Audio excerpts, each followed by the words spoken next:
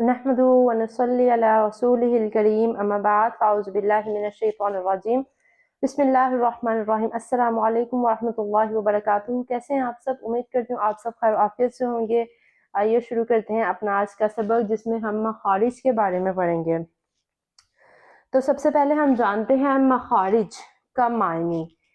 مخارج مخرج کی جمع ہے، مخرج کی جمع ہے جس کا معنی ہے نکلنے کی جگہ، نکلنے کی جگہ۔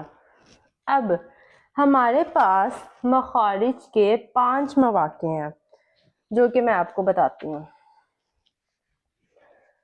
نمبر 1 پہ ہمارے پاس آ جاتا ہے، کل ہم نے پچھلے سبق میں اپنے یہ پڑھا تھا جوف دہن، نمبر 1۔ دوسرے نمبر پہ ہمارے پاس آ جاتا ہے حلق۔ تیسرے نمبر پر ہمارے پاس آ جاتا ہے زبان۔ چوتھے نمبر پہ ہمارے پاس آ جاتا ہے ہونٹ۔ پانچویں نمبر پہ آتا ہے خشیوم۔ یہ ہمارے پاس 5 مخارج کے مواقع ہیں جہاں سے حروف ادا ہوتے ہیں۔ سب سے پہلے جوف دہن، حلق، زبان، ہونٹ اور خشیوم، یہی ان کی ترتیب ہے۔ اب ہمارے پاس کل 29 مخرج ہیں، 29 حروف ہیں، ٹھیک ہے؟ کل 29 حروف ہیں ہمارے پاس، 29 حروف ہیں، مگر ان کے جو مخرج ہے وہ 17 ہیں، ٹھیک ہے؟ مخارج کے مواقع 5 ہیں، ان 5 مخارج سے ہمارے پاس 17 حروف نکلتے ہیں، مطلب ان کے پیئرز میں جو ہے نا وہ حروف ادا ہوں گے، لیکن کل حروف 29 ہیں، 17 ان کے مخرج ہیں اور 5 مخارج کے مواقع ہیں جہاں سے حروف ادا ہوں گے، ان کے جو ہیں وہ 17 مخرج ہیں، مطلب کہ پیئرز میں جو حروف ہیں وہ 17 ہیں۔ اب سب سے پہلے ہمارے پاس آ جاتا ہے نمبر 1 پہ پہلا مخرج جو کہ ہے الف، واو اور یا مدہ۔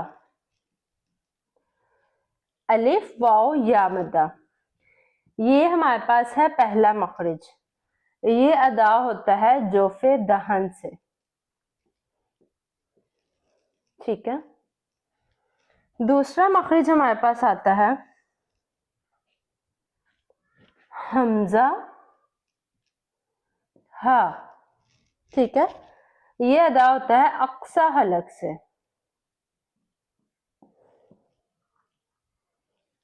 ٹھیک ہے؟ تیسرے نمبر پہ ہمارے پاس آ جاتا ہے عین اور ہا، یہ ادا ہوتا ہے وسط حلق سے۔ کل ہم نے ان سب کا نقشہ سمجھا تھا، وہ سمجھانے کا میرا مقصد یہ تھا کیونکہ وہاں سے ہمارے حروف کی ادائیگی تھی۔ اس کے بعد چوتھے نمبر پہ آ جاتا ہے غین، خا، یہ ہمارے پاس چوتھا مخرج آ گیا، یہ نکلتا ہے ادنا حلق سے، ٹھیک ہے؟ ہم نے 5 مواقع پڑھے تھے جس میں نمبر 1 پہ تھا جوف دہن، حلق، زبان، ہونٹ اور خشیوم۔ پہلا تو ہمارے پاس مواقع جو ہے وہ جوف دہن ہے، اس سے تو الف مدہ، واو، الف، واو، یا مدہ یہ ادا ہوتے ہیں، یہ ایسے ادا ہوتے ہیں کہ اس کی جو آواز ہے وہ ڈائریکٹ منہ سے باہر آتی ہے، کہیں آواز ٹھہرتی نہیں ہے۔ اچھا، دوسرا جو ہمارے پاس مواقع تھا وہ تھا حلق۔ اب حلق میں 3 قسم آ جاتی ہے، اقصی حلق، وسط حلق، ادنا حلق۔